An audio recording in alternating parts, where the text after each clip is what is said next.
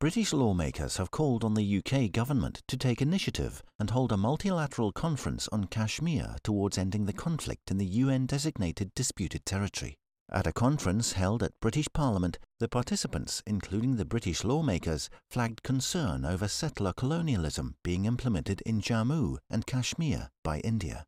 The lawmakers, including Debbie Abrahams, Andrew Pakes, Emma Reynolds, Yuan, Iqbal Mohammed, Sarah Smith, Rachel Hopkins, Paulette Hamilton, Clive Afzal Khan, MP, attend the conference chaired by Fahim Kayani, President Tehreek-e-Kashmir, UK. Reiterating their support to Kashmiri right to self-determination as enshrined in various UN resolutions, the conference lamented the inaction by international community on Kashmir front. Muzammil Ayub Thakur from Indian-occupied Kashmir, Mohammed Ghalib, President Tehreek-e-Kashmir Europe, Rehana Ali, Advocate and Info Secretary of Tech UK, Sadaf Abbas Chima from King's College London Students' Union, human rights defenders Khwaja Suleiman and Naila Azmat also attended the conference.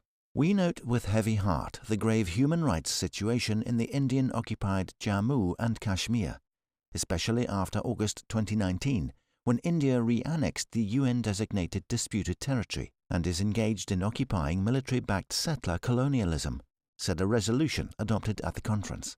It also flagged concern over the muzzling of the vibrant Kashmiri, which has seen well-designed clampdown by the Indian military regime in the UN-designated disputed territory.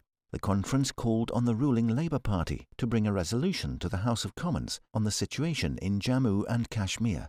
The roadmap for such a solution has already been set by this Parliament when it allowed the people of Scotland to vote for their political destiny, the participants of the conference noted. Seeking rollback of black laws, including the AFSPA, the so-called PSA, as well as draconian UAPA, the conference emphasised a constructive dialogue among all parties of the dispute, viz. Kashmiris, Indians and Pakistanis together, can be a welcome beginning for solving the 7.5-decade-long dispute. The UK, being a friend of both countries, should take an initiative for a tripartite multilateral conference of the stakeholders in London, it added. Kayani, the Kashmiri diaspora leader, reminded the British ruling party of its commitment made during Labour Party conference on September 30, 1995 and September 25, 2019.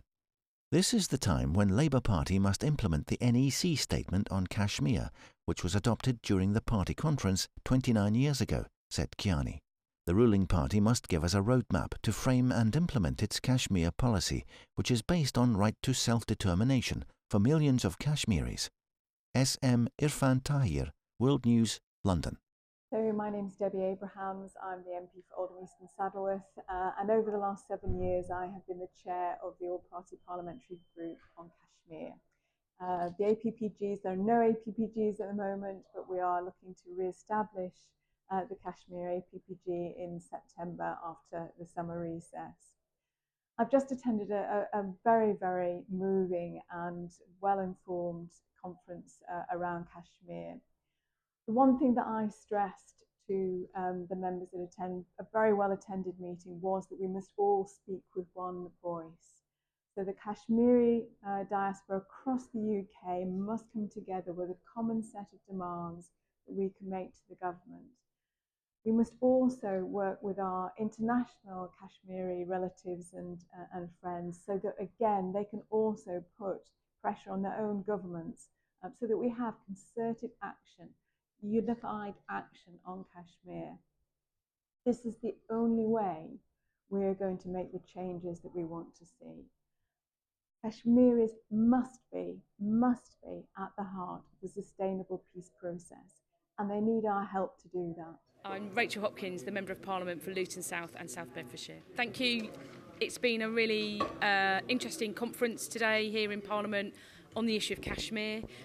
We've had lots of MPs come to listen to people talk about the ongoing human rights abuses, and there's been a real unanimity of all of us wanting to continue to work to raise the issue of Kashmir with the new Labour government. And on behalf of the constituents of Luton South and South Bedfordshire, that's what I will be doing. I'm the newly elected MP for Wickham. My name is Emma Reynolds. In Wickham we have a very vibrant and thriving British Kashmiri community who originally came over from Pakistan and have still many links back to Kashmir in Pakistan. I continue to work closely with that community, as I did when I was a parliamentary candidate, to represent their concerns to our new government about Kashmir. And it was a real pleasure to be here today to hear about the community's concerns, and I look forward to working with you going forward. My name is Sadaf Abbas Chima, and I am the Vice President of Education at King's College London Students' Union. I was here in my capacity as a student leader today, and it was a massive honor to speak about Kashmir and to basically get the world to see that what is happening in Kashmir is no less worse than what has been happening in Gaza as well.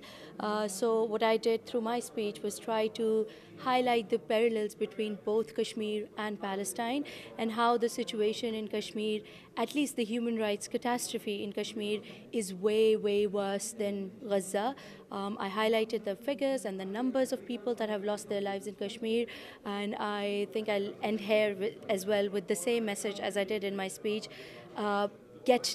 Get your attention on Kashmir, free Palestine, ceasefire now, and end the illegal Indian occupation of Indian Kashmir.